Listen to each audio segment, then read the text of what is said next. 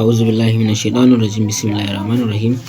Wasu ya fi halitta Annabi Muhammad sallallahu alaihi wasallam. Insha Allah za mu shiga hadisi na 57. Bismillahir rahmanir rahim. Al-hadith as-sabi'u wa khamsuna, hadisi na 57.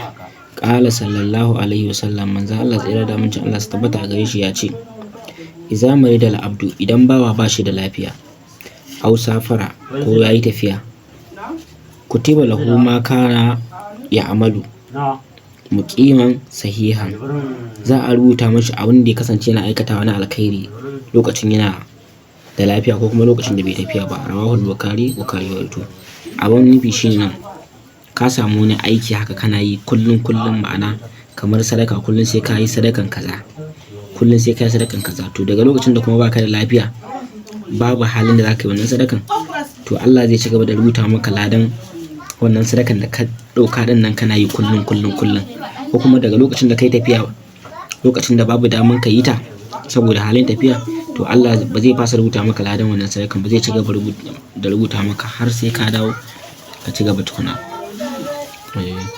Haka duk wani aikin alkhairi kana yin shi sai wata rashin lafiya ta kama ka ko tafiya, to Allah zai ci gaba da rubuta maka ladan aikin nan duk da ka tsaya din, tunda akwai niyya a zuciyarka. Allah zai ci gaba da rubuta maka ladan. Allah ya taimake mu, Allah ya ƙara mana san manzon Allah ya ƙara mana san fiye halitta Annabi Muhammad sallallahu alaihi wasallam. Shi kaɗai muke nema san Annabi. Nagode sosai, nagode. Ayi wa Annabi salati. Wassalamu alaikum wa rahmatullahi ta'ala wa barakatuh.